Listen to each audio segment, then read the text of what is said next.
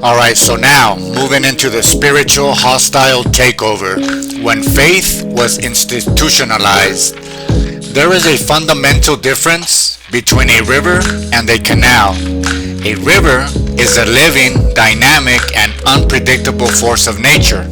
It carves its own path, sustains a vast ecosystem along its banks, and connects the mountain to the sea in a unique, meandering journey.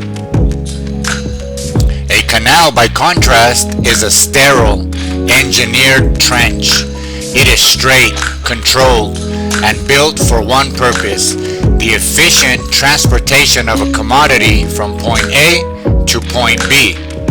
What we call organized religion is, in its cancerous form, not a river of living faith, but a canal for the distribution of spiritual authority. This episode diagnoses a specific historical malignancy, or cancer, the moment a direct, personal, and inherently mysterious connection to the sacred was systematically institutionalized, packaged, and sold. This was not the birth of faith, but a spiritual, hostile takeover. The tumor does not create the water of spirituality. It simply builds the pipes, installs the meters, and charges you for access. What if the cure for this spiritual disconnection is not finding a better canal, but fasting from it? What if we simply stopped believing we needed a middleman to reach the divine? The metabolism of this cancer is a transaction. It inserts itself as an indispensable intermediary in a relationship that by its very nature requires no intermediary. It creates a spiritual problem and then sells itself as the only solution. The players in this game are the institutional bureaucracy, the corporate structure of the tumor with its hierarchy, property, and political interest. Then there's the priesthood. This is the managing class, the designated experts who control access to the sacred. And then there's the doctrine and dogma. This proprietary software that standardizes the spiritual experience and outlaws competing versions. Let's trace this life cycle to a core human impulse, the desire for atonement and connection with the divine through this parasitic metabolism. The diagnosis of the flaw or the mutation. The institution first formally defines a universal human condition, a sense of guilt, of imperfection, or of separation from the sacred as a sin. It pathologizes the innate human feeling of moral inadequacy, not as a catalyst for personal growth, but as a permanent damning flaw that you yourself cannot remedy. Your inherent spiritual state is declared terminally ill. The gate-kept remedy, the angiogenesis of this cancer. The tumor now creates its own blood supply by offering the sole exclusive cure for the disease it just diagnosed, all on its own. The remedy is not personal introspection, acts of kindness, or direct prayer. It is a series of proprietary rituals, specific prayers, prescribed donations, pilgrimages to owned sites, and absolutions that can only be administered by its certified personnel. The transaction is clear. Surrender your autonomy, your interpretation, and your tithe, and we will manage your salvation for you. The cycle of dependency, or the metastasis of this cancer. We participate in the ritual. We feel a temporary relief, a sense of having checked that box. But you have learned nothing of your own inner capacity for grace. Your spiritual well-being is now externalized. These institutions own our access to the divine, and to maintain that connection, we must return again and again. We must crucifix, kneel, stand up, put money in the box, kneel again, pound your heart saying I'm guilty, and put more money in the box. The cycle is complete. The living river of your personal faith has been channeled into a controlled canal, and the tumor, the canal's owner, has been fed. This spiritual monopoly would collapse if we just trusted our own inner authority. Yet, we outsource our most intimate connection, held by powerful psychological hooks. We are not lazy, we've been manipulated. We are addicted to the comfort of prepackaged answers. The direct, unmediated spiritual path is terrifying. It is a river, unpredictable, demanding, and without a map. The institution offers a detailed canal, a clear rule book, a defined moral calculus, and a guaranteed destination for those who stay in their lane. This addiction to dogma is a surrender of our own capacity to navigate mystery, a trade of genuine discovery for the sterile comfort of a guided tour.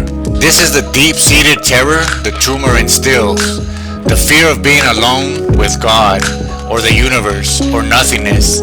We fear getting it wrong, of being heretics, of facing the infinite without an interpreter. The institution positions itself as the essential guide through the treacherous wilderness of the spirit, convincing us that to venture out alone is to risk eternal damnation or existential oblivion. It manufactures a need for a spiritual safety net that only it can provide.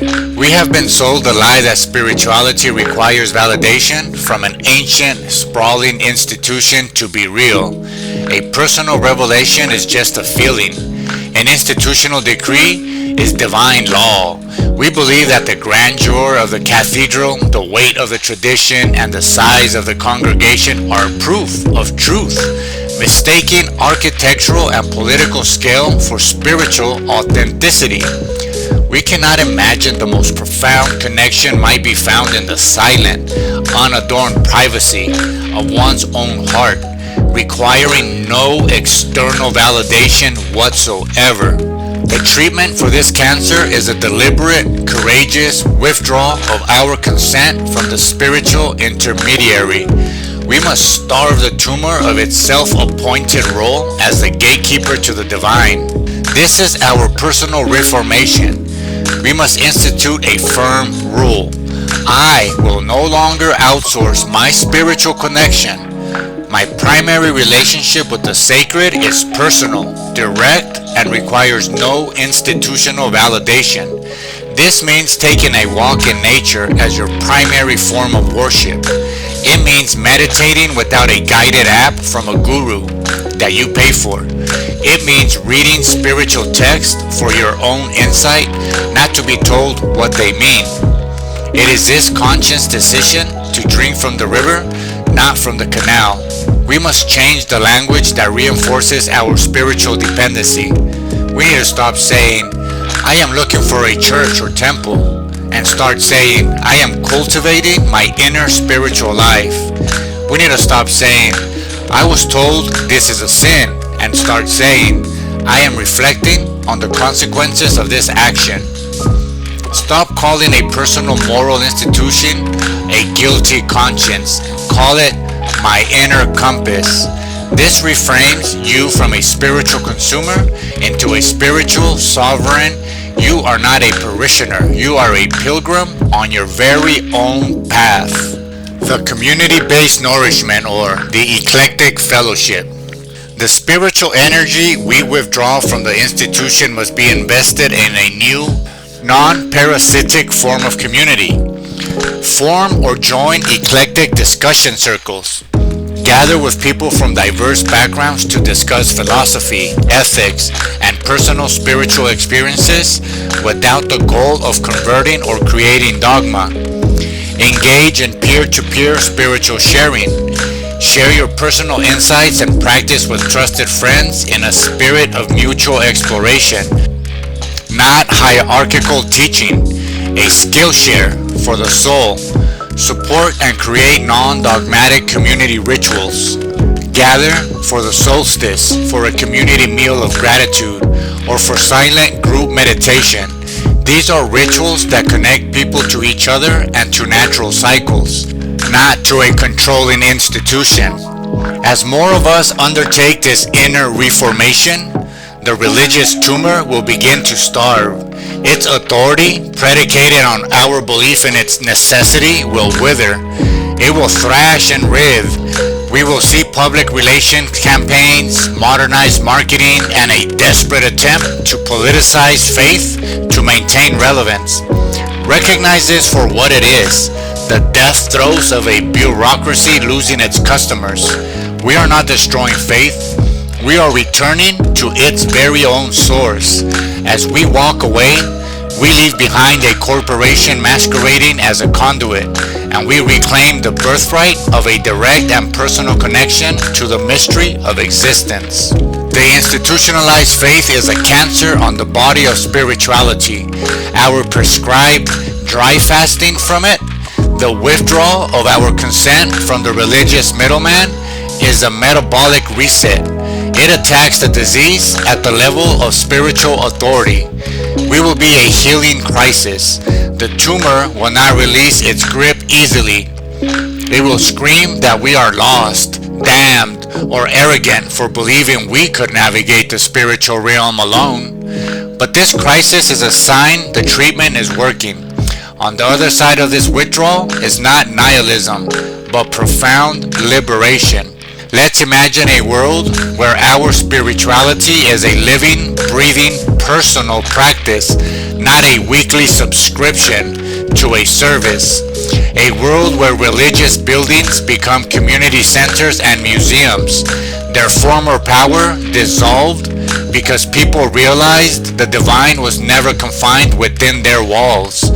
This is a natural harmony that awaits. The institution, starved of our belief in its necessity, will naturally phase out, and the direct, unmediated experience of the sacred will re-emerge, just as the body, once it stops ingesting the poison of dependency, can remember its own natural state of health and wholeness.